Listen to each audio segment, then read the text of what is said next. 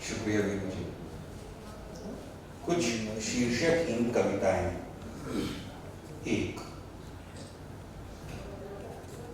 इतने सालों में लिखावट कितना बदलती गई है, यहाँ तक कि अपने पिछले दस्तखत सरासर जाली लगते हैं। एक चिन्ह की तो बिंदी तक कई बार बड़ी छोटी हुई है। नजर गड़ाओ तो आभास होता है कि शायद विस्मयादिबोधक चिन्ह है, लेकिन मुझे शक है ऐसा कोई चिन्ह क्या मैं बरतता रहा हूँ। बिंदी हो कि बिंदु, कभी ठीक से गोला बन ही नहीं सका।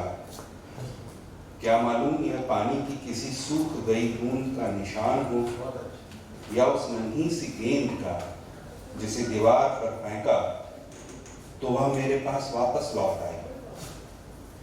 लानत है, लिखावट लायक तक न बचा।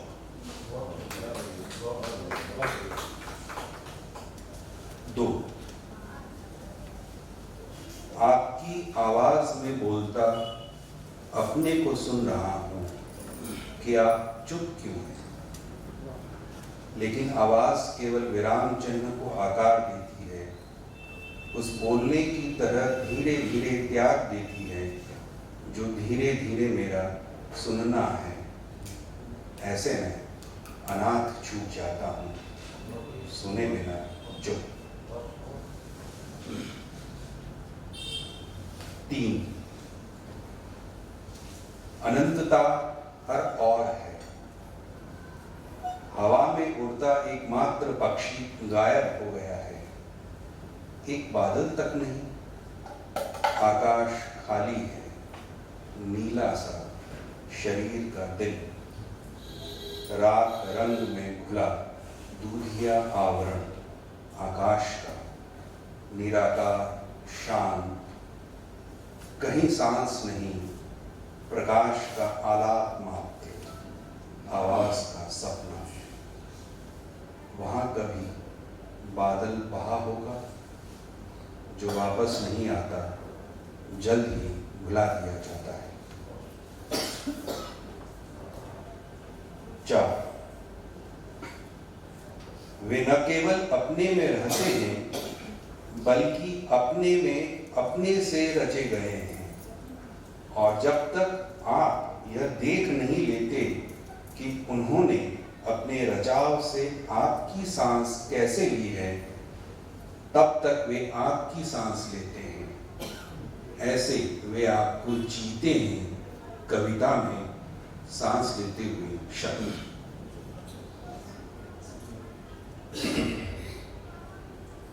5,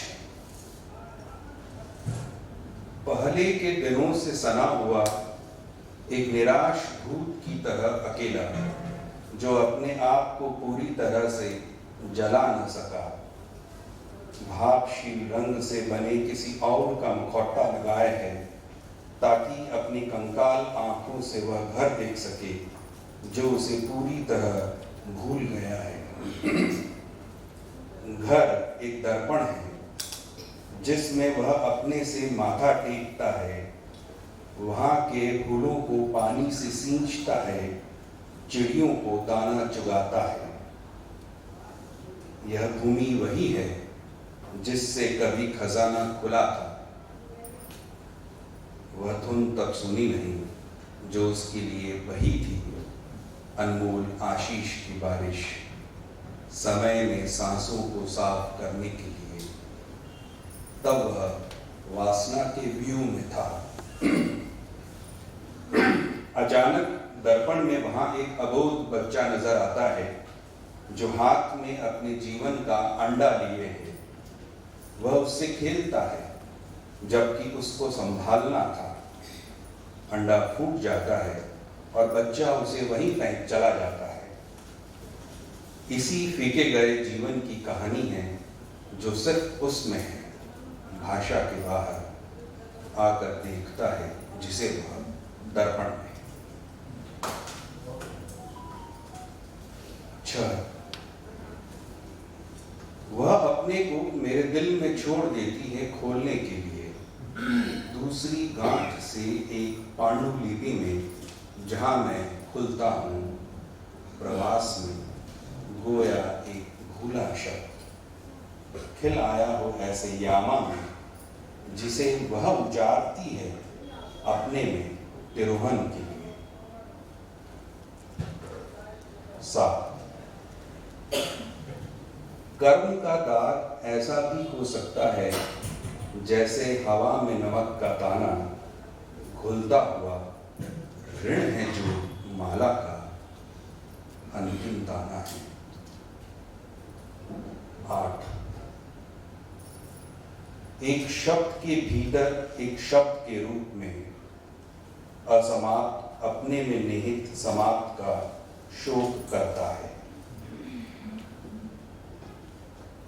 9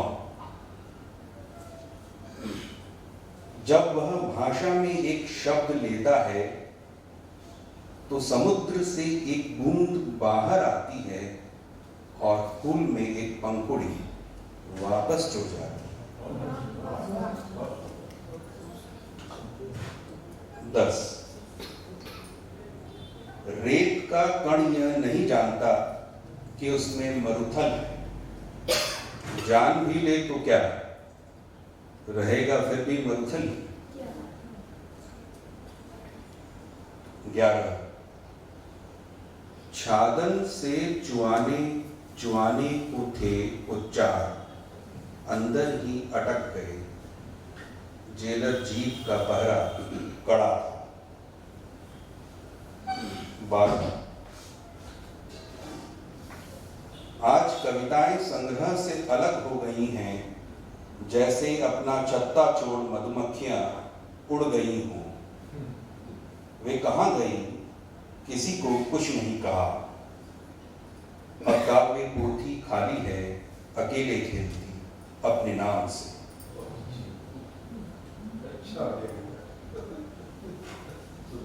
13 जन्म पत्री में सब भीतर से ऐसे बदल गया है जैसे देश बदल लिया हो पक्षी ने पूर्ण विराम के लिए। 14 कठोर धागों का एक घोंसला, जहां अपना अंतिम संस्कार होना है, वहां आग के दर्पण में अंतर्धान होता, कहूंगा नहीं मृत्यु के बारे में, न ही जलने के बारे में, लेकिन लगता है आग में कुंदन होना चाहिए। 15 मेरी